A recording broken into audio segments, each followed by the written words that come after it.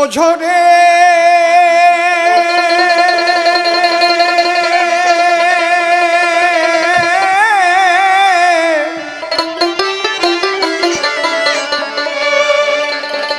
বোঝরে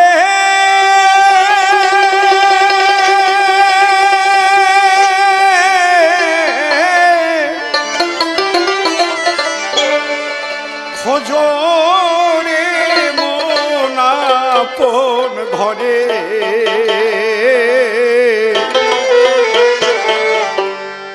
মানুষ কঞ্জনা রে মন মানুষ কঞ্জনা। খুব ভালো কথা বলেছো বাবা। তোমরা ফসল ফলাও বীজের দ্বারায়, মানুষ তাতে বেঁচে থাকে। তোমরা দেহের খাবার জোগাড় করো, এটা ঠিক, কিন্তু দেহ ছাড়া মানুষের মধ্যে যে একটা আত্মা আছে, মানুষের মধ্যে যে একটা মন আছে, সেই আত্মা আর মনের খাবারটা কি সেটা কি জানো বাবা? তা তুমি জানো না বাবা, তা তোমরা তৈরি করতে পারো না। সেটা তৈরি হয় একমাত্র হরিনাম কৃষ্ণ নাম প্রেমের দ্বারাই। প্রেমের খাদ্য আত্মা খায়। আর সে আত্মাকে যদি জানতে চাও তাহলে সদ্গুরুর আশ্রয় নাও। তুমি যত কথা বলেছো এটা অনেক নিম্নমানের, এটা দেহের কথা বলেছ, আমি স্বীকার করি। তোমরা চাষিরা দেহের খাবার জোগাড় করো, কিন্তু আত্মার খাবার তোমরা জোগাড় করতে পারো না। তাই যদি পারতে তাহলে আজ মানুষ কবি গান শুনতে আসতো না, মানুষ হরিনামের আসরে যেত না, মানুষ ভাগবত শুনতে যেত না, মানুষ সাধুগুরু সঙ্গ করতে যেত না। সেখানে গেলে আত্মার খাবার হয়, মনের খাবার হয়। ঠিক না বেটি? বলুন আপনারা। আপনারা তো ভাত খেয়ে ঘুমিয়ে পড়তে পারতেন। তাহলে দেহাতীত সত্তা আত্মা, তাকে জানার কি পদ্ধতি আছে? এটা পাওয়া যায় সদ্গুরুর কাছে, সাধুগুরুর কাছে। এই যে হাড়ে মাংসে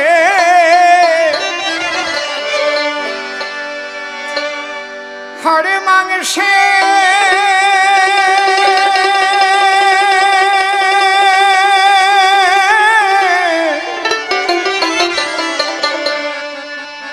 হাড়ে মাংসে জোড়া দেওয়া, আরে এই যে হাড়ে মাংসে জোড়া দেওয়া, হায় কি মজা। আরেকটু রি ভাই, ঘরে খানা মানুষ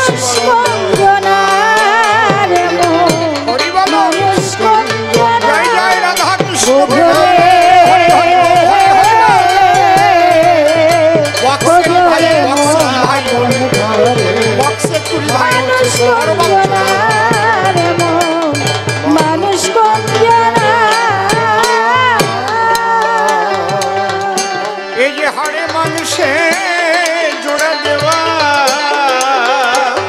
লঘুগুরু লঘুগুরু। এই যে হাড়ে মাংসে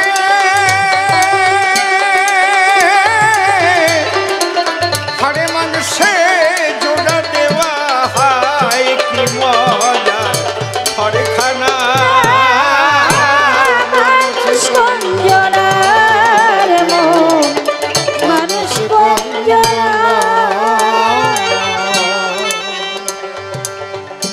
আমি ছোট্ট একটা কাহিনী বলবো, আপনারা বুঝতে পারবেন।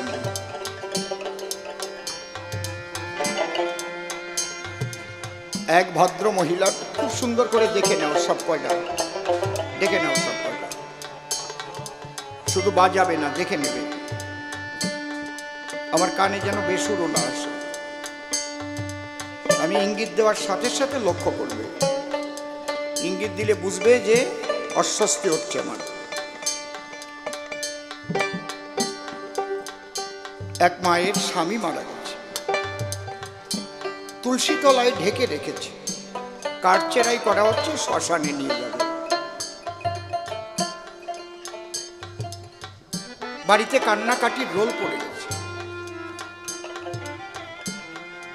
যার স্বামী মারা যায় বা যার স্ত্রী মারা যায়, তার বুকে যে কি ব্যথা, সে ছাড়া তো সে কথা আর কেউ জানে না। জানে কি?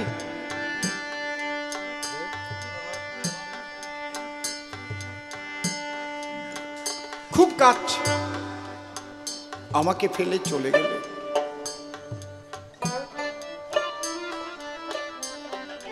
আমি কার ভরসায় থাকবো, কার আশায় থাকবো?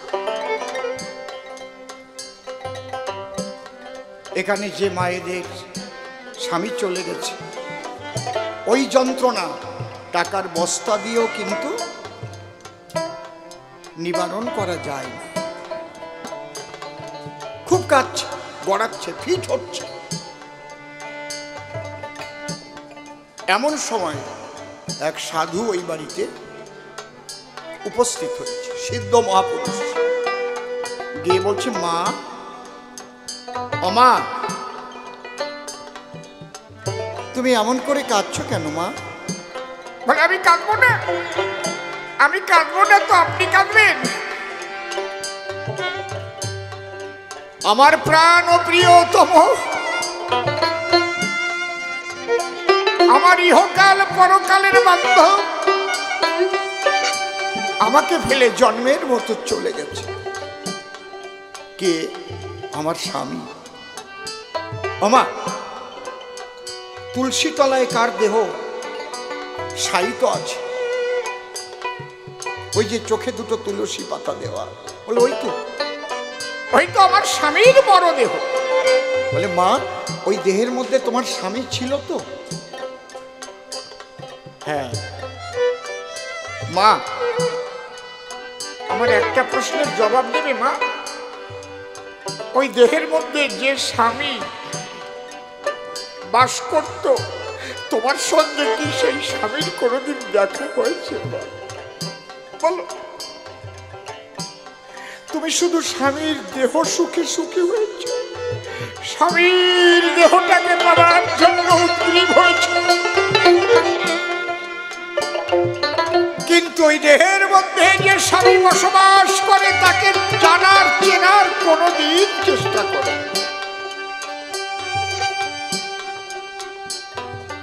মায়ের চোখের জল শুকিয়ে গেছে, তাই তো? ওমা, তুমি তোমার স্বামীকেও চেনোনি, আর তুমি তোমাকেও চেনো না।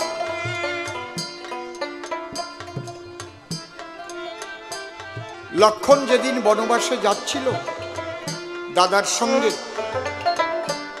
লক্ষণের তো বনবাস হয়নি, বনবাস হয়েছিল রামের। লক্ষণ খেতে বসেছিল, মা সুমিত্রা তাকে খেতে দিয়ে চুপচুপ করে কাঁদছে। লক্ষণ দেখে বলছে, মা, তুমি কাঁদছো কেন গো? শাস্ত্রে লেখা আছে, আমার নিজের দেখা আছে, মা যদি সন্তানকে খেতে দিয়ে চোখের জলে ভাসে, সেই সন্তানের অমঙ্গল নেমে আসে। তখন সুমিত্রা বলেছে, লক্ষণ, জানিস না? তুই তো জানিস তোর দাদা রাজা হবে, রামচন্দ্র আজ অধিবাস, কিন্তু এই চেয়ে দেখ, অযোধ্যার সমস্ত মানুষের চোখে জল ঝরছে। ওই চেয়ে দেখ, আকাশ বাতাস তরুলতা পশু পাখি সবাই যেন রাম রাম বলে কাঁদছে। আজ রাম বনবাসে যাত্রা করছে রে, তাকিয়ে দেখ।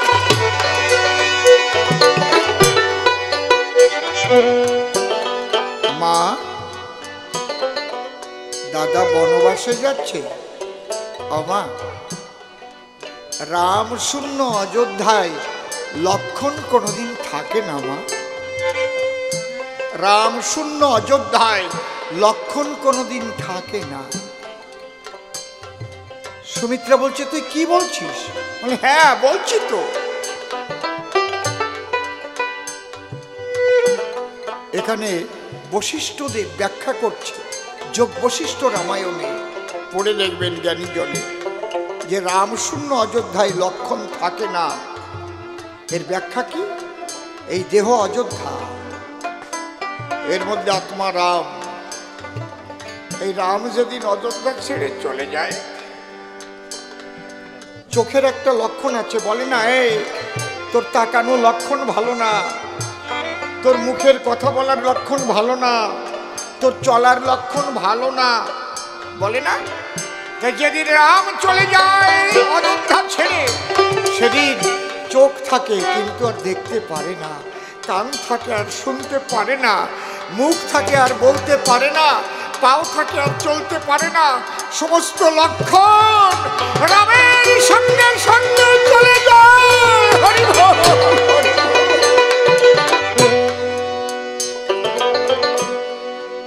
ওমা মা, এই দেহের মধ্যে যে আত্মা রাম, তাকে দেখেছো? তোমার স্বামীর সঙ্গে দেখা হয়েছে কি তোমার? আর তাকে দেখতে হলে কার কাছে যেতে হয় তা কি তুমি জানো? না সাধু বাবা, এই কথাটি কোনোদিন কেউ আমাকে বলেনি, কোনোদিন বলেনি। বেলা চলে যায় বেলা। মানব জন্ম নিয়ে বৃথা চলে গেল, কত জন্মে কেটে গেল, কিন্তু আমাকে আমি চিনতে পারলাম না। কালীচরণ বাবা, যখন তোমার ওই ক্ষুধা জাগবে যে আমি আমাকে চিনব, আমার মধ্যে আমি কে চলে গেলে দেহ অচল হয়ে যায়, শ্মশানে দেহটাকে পুড়িয়ে ছাই করে দেয়, সেদিন আর প্রশ্ন করবে না যে সাধুগুরুরা কি দেয়, তাকে জানার সন্ধান দেয়, সেই বীজ দেয়। এই যে হাড়ে মাংসে জোড়া দেওয়া,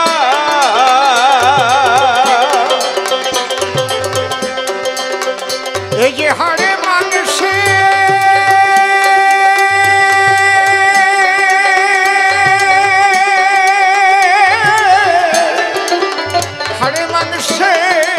জোড়া দেওয়া হয় কি মজা, ঘরে খানা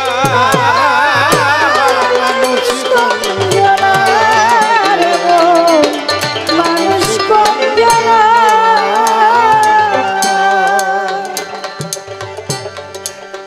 নীরব হয়ে থাকবে সে না থাকলে এই ঘরের ভিতর একদিনও তো সন্ধান করলি না।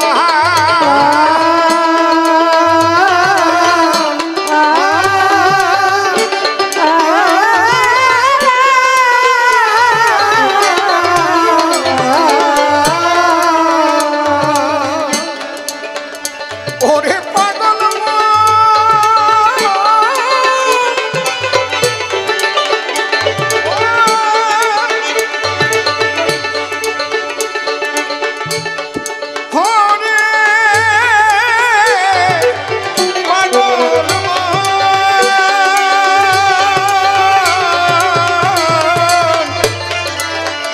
নীরব হয়ে থাকবে ঘর, সে না থাকলে ঘরের ভিতর একদিনও তা খবর করিল না।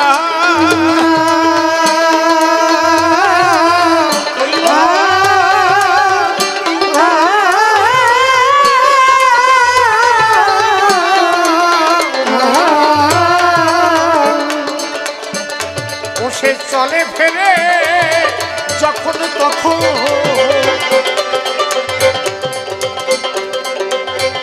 ও সে চলে ফেরে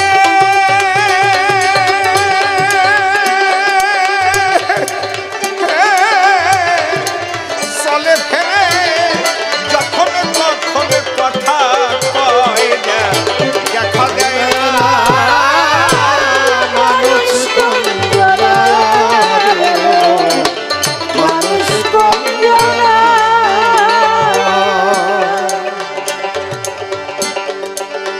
বাঁচা মরার কারণ ছাড়ি ষড়রিপু বারণ করি, এই মানুষ রতন যতন করো মনা।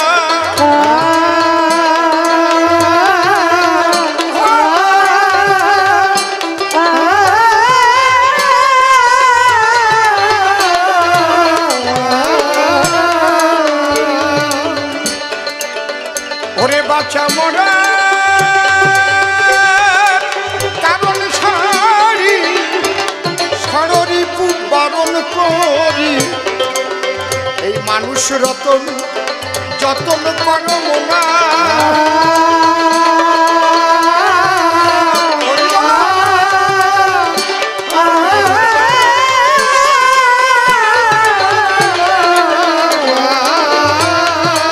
সে কোন ধামে বসত করে ভাইটা কমাবেন না ও সে কোন ধামে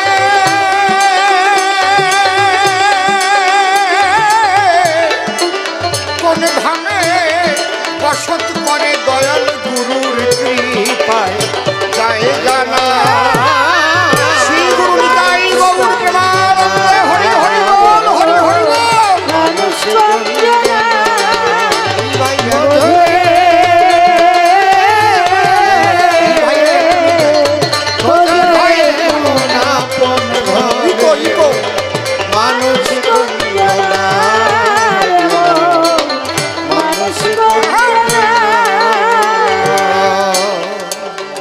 সেই মানুষ ধরা হ্যালো ইকো লাগবে হ্যাঁ রিভাইতে দিন চেক চেক লাগবে চেক হ্যাঁ হ্যালো বড় বক্সটাই রিভাইভ দেবেন দিয়ে ছেড়ে দিন মানুষ ধরা মানুষ ঠিক আছে এবার ওরে তার হুকুমে মানুষ চলে তোমরা পেলে পারে করো ভজনা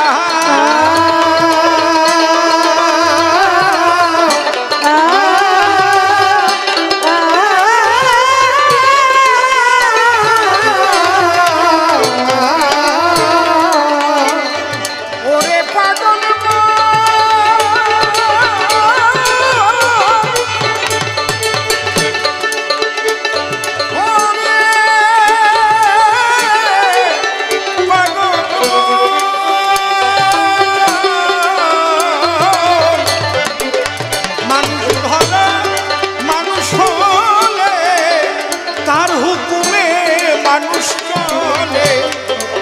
তোমরা পেলে করে করো ভজনা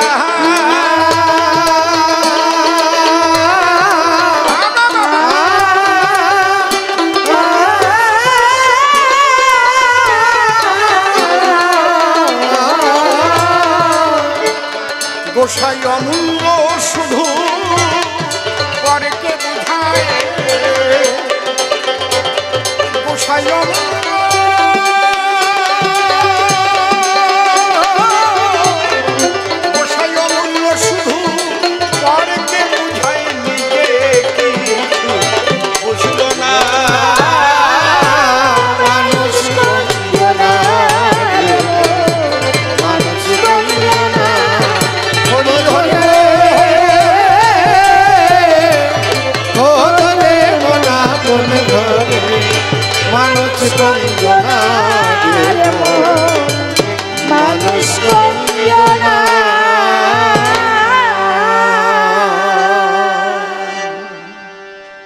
শ্রীগুরুর শ্রীপাদ পদ্ম হৃৎপদ্মে করে আরাধ্য শুদ্ধ চিত্তে প্রণতি জানাই সাধুগুরু বৈষ্ণব হেরি আর যত পুরুষ নারী আমার ভক্তিপূর্ণ প্রণাম গ্রহণ করিবেন সবাই বাইরের চোংটা একটু কমবে মনরে একবার হরি বল এ নাম দুর্বলের বল নাম বিনে কি আছে বল এ ভব সংসারে যেজন করে হরি চিনতে হরি করে তার চিনতে অন্তে জীবকে নিয়ে যায় সে ভব সিন্ধু পারে ঠিক আছে একদম তাই বলি মনে রসনা যে বিষয় বাসনা কেলে সোনার উপাসনা করো সার ওই যে হরি দীনবন্ধু পাইলে তার কৃপা বিন্দু ভব সিন্ধু সেদিন হবি পার মনশিক্ষা করে শেষ বক্তব্য করিব পেশ সবিশেষ সবার মধ্যে জানাই নিবেদন দূর দূরান্তের শ্রোতা যারা কবি গান শুনতে এসেছেন তারা আমি দিয়ে আমার নয়নের ধারা করি সবার চরণ বন্দন আপনারা আশীর্বাদ করে চরণ ধুলি দেবেন মোরে যদ্বারায় হতে পারে কৃষ্ণ কথা আলাপন আপনাদের আশীর্বাদ নিয়ে মাঠে দাঁড়াইলাম এ সভাতে, পাচ্ছি না তো পোকার জ্বালাতে।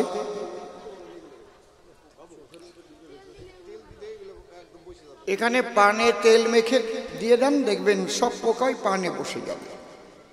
বা কলার পাতায় তেল মেখে দিয়ে দেন। কলার পাতা কো, কলার পাতা, কলার পাতা যদি পারেন দেন, না পারেন আমি 2-4 কামড় খাই, আর কি করব। কামড়ালে তো সহ্য করা যায়, নাকের মধ্যে চোখের মধ্যে ঢুকে গেলে কি হয়। সুন্দর হয়েছে সভাখানা, মনোলোভা বসেছেন যেন দেবী দেবা। বারে বারে আমি সবাইকে করি প্রণাম দান। এত সুন্দর সভা দেখে বড় শান্তি জেগেছে আমার বুকে। আপনারা আমাকে আশীষ করবেন দান। এইবার অসীম সরকার নামটি ছাড়ি,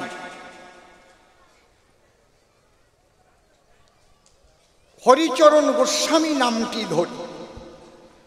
কবির পাল্লা করিবার দায়, দাঁড়াইলাম এ সভাতে আমি আজ জোর হাতে। আগেই প্রণাম করি সেই হরিচরণ গোস্বামীর রাঙা পায়। তবে সুন্দর সুন্দর মুখের ভাষা, নাম নিয়েছে কালীচরণ চাষা বা চাষি বলে দিয়েছে পরিচয়। চাষি কবু মন্দ নহে, এ কথা বিশ্ববাসী কহে। আমিও চাষির চরণে প্রণাম করি দান। এই জগতে চাষি যারা চাষবাস করে তারা মাঠে ফলায় ধান। তোমরা যারে চাষা বলো তারাই দেশের আশার আলো, ভারত মাতার অমৃত সন্তান। তারা পেটের ক্ষুধা মিটাইতে মাঠে ফলায় সোনার ধান। নিজের জীবন দেয় উৎসর্গ, বিশ্ববাসীর বাঁচাতে পড়ান। সবুজ ধানের পাতার দোলনায় অবুজ চাষির মুখের হাসি তার মাঝে লুকায়। তারা রৌদ্রে পুড়ে বদন শুকায়, লুকানো গোপন আশায় আনন্দেতে বুক ভরে যায়। কাটে যখন মাঠের পাকা ধান, তারা আমার ভারত মাতার অমৃত সন্তান। আমি চাষিকে করে এই জ্ঞান পুনঃ পুনঃ প্রণাম করলাম দান। চাষিকে সম্মান দিতে হয়, কি বলেন? এইবার সে সরল চাষা, সুন্দর তার মুখের ভাষা। সে অন্তরে নিয়ে আসা গুরুর কাছে প্রশ্ন করে যায়, গুরুদেব কথা লবে আমাকে একটু বুঝিয়ে দেবে যে এই যে বীজ গুরু গোসাইরে দিয়ে থাকে কর্ণমূলে, এতে কি ফসল ফলে? এটা আমার জানবার বিষয়। শোনো বাবা, মূলত এই নাম বীজে প্রেমের ফসল ফলে, প্রেম ফল ফলে। নামে কি হয়? প্রেম ফল ফলায়। আর এই প্রেমের ফলের দ্বারায় কি হয়? প্রেমের ফলের দ্বারায় যে যার ভজনা করে, বসে শোনেন নারী নরে, একমাত্র প্রেম ভক্তির দ্বারায় তার ইষ্টের দর্শন এই নামেই পাওয়া যায়। আপনি দোকানে যাবেন, কোনো একটা জিনিস ক্রয় করবেন, কিনবেন, তার নাম তো বলবেন নাকি? বাজারে গেলেন, আপনি তরকারির দোকানে গিয়ে তো বলবেন আমাকে 1 কেজি আলু দিন, বা 500 গ্রাম উচ্ছে দিন, বা 500 গ্রাম ভেন্ডি দিন, ফুলকপি দিন, বলতে হবে তো নাকি? না গিয়ে যদি বলেন দেন, দোকানদার দেন, দোকানদার মনে মনে ভাববে তাই এর মতো পাগল তো আর জগতে নেই, আরে কি দেব? তাহলে নাম বস্তুকে নির্দেশ করে, ব্যক্তিকে নির্দেশ করে। তুমি যদি কালীকে চাও তাহলে কালী বীজে দীক্ষা নেও। কালী বীজ আছে, কৃষ্ণ বীজ আছে, শিবের বীজ আছে, সরস্বতী বীজ আছে, দুর্গার বীজ আছে, গণেশের বীজ আছে, বিভিন্ন দেব দেবতার আলাদা আলাদা বীজ আছে। সদ্গুরু কারা? শিষ্যকে দেখে বুঝতে পারে তারা যে এই দেহে কোন বীজ দিলে ফসল ফলবে কুতূহলে। আর যারা সদ্গুরু নয়, বিজনেস গুরুগিরি বিজনেস করবার তরে গ্রামে গ্রামে ঘুরে তারা একসাটিয়া একই বীজে দীক্ষা দেয়। সব জমিতে সব ফসল ফলে কি? আপনারা কি বলেন? ফলে কি? কথা বলেন। সব জমিতে সব ফসল ফলবে? এই মাঠে ফুলকপি হবে? এই জায়গায় ফুলকপি হয়, পাতাকপি হয়, এই যে বিলের মধ্যে হবে? বিলের মধ্যে হবে কি? কথা বলছেন না কেন? হবে না। ওর একটু উঁচু জমি দরকার হবে। ওই বিলের মধ্যে পটল লাগালে হবে? এই জায়গায় ধান হবে, পাট হবে, তাই তো? একটু উপরের দিকে সর্ষে হবে। তাহলে এক এক জমিতে এক এক বীজের ফসল ভালো হয়। এই জগতে চাষি যারা এ কথা ভালো জানে, তারা সেই ধরনের চারা তৈরি করে তখন সেই ফসল জন্মায়। ঠিক সদ্গুরু যারা শিষ্যকে দেখে বুঝতে পারে তারা। এই জন্যে তত্ত্বের ঘরে আপনারা করেছেন শ্রবণ কি? শিষ্যের হবে কর্ণজনী, গুরুর জিহুবা লিঙ্গখানি, নিষ্কামেতে করিবে রমণ। হরিনামের বীর্য ফুটা পূর্ণ হবে মণিকোঠা, চিত্রানিতাই করবে আস্বাদন। সেই গর্ভে পুত্র হলে জ্ঞান নামক পুত্র মিলে, সেই পুত্র লঙ্ঘবেদ উচ্চারিয়া কুণ্ডলিনী চেতন করে জীব নিয়ে সহস্রে পরাশিবে দিবে মিলাইয়া। জয় রাধে। কিন্তু গুরুর মধ্যে পার্থক্য আছে। আমি বলি আপনাদের কাছে, যারা গুরুগিরি ব্যবসা করে খায়, বলে না যে আমাদের কয়েক পুরুষ যাবত আমরা এই গুরুগিরি করেই খাই, আছে না? একে বলে কুলগুরু।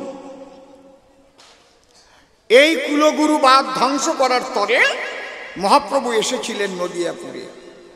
এই কুলগুরু একমাত্র হতো কারা? পৈতাধারী ব্রাহ্মণ যারা। ঠিক বলছি না বেঠিক বলছি? ঠিক তো? যে ব্রাহ্মণের কাছ থেকে আমার ঠাকুর দাদা দীক্ষা নিয়েছিল, তার ছেলের কাছ থেকে আমার বাবার নিতে হবে, তার ছেলের কাছ থেকে আমার নিতে হবে। কিন্তু কুলগুরু যে কারে কয় মানুষ জানতো না তার পরিচয়।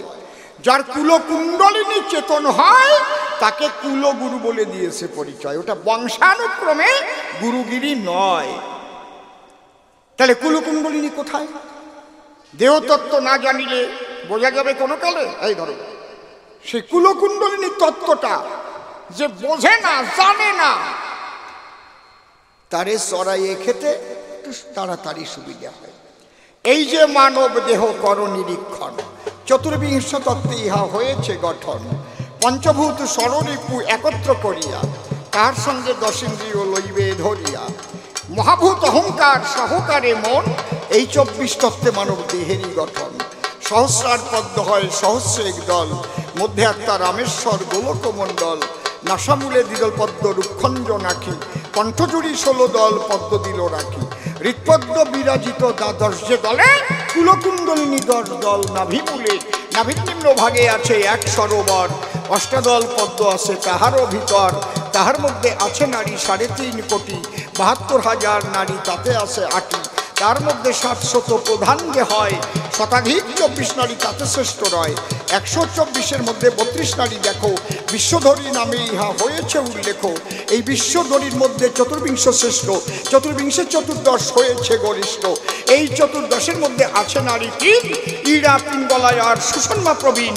বাম ভাগে ইড়ায় আর দক্ষিণে পিঙ্গলা, মধ্যভাগে সুষন্মা চক্রভেদী রইলা। এই যে দেহতত্ত্ব যেই জনে জানে, নর লোকে তুচ্ছ তারে দেব লোকে মানে। একজন হাতুড়িয়া ডাক্তার আর একজন MBBS ডাক্তার কি এক হবে? খুব ভালো করে এগুলো বুঝতে হবে। খালি MBBS পাস করলেই হবে না। জানেন যত নারী নরে, এক এক ডাক্তার এক এক বিষয়ের উপরে স্পেশালিস্ট হতে পারে। যে হার্ট স্পেশালিস্ট হয়, কার্ডিওলজি, সে এই হৃদযন্ত্র সম্পর্কে যতটা ওয়াকিবহাল হয় অন্য ডাক্তার তার নয়। যে চেস্ট স্পেশালিস্ট হয়, যে ফুসফুস সম্পর্কে খুব ভালো জানেন সেই ডাক্তার মহাশয়। ঠিক তো? ঠিক ওই রকম তারা কিন্তু শুধু ওই পুস্তক অধ্যয়ন করে ডাক্তার হয় না চরাচরে। একটা দেহকে কেটে খণ্ড খণ্ড করে তার কোথায় কোন যন্ত্র বিরাজ করে, কোন অঙ্গ প্রত্যঙ্গ দেহের ভিতরে, সেগুলোকে সমস্ত বিষয়ে অভিজ্ঞতা সঞ্চয় করতে হয়। ঠিক যেমন সদ্গুরু কারা?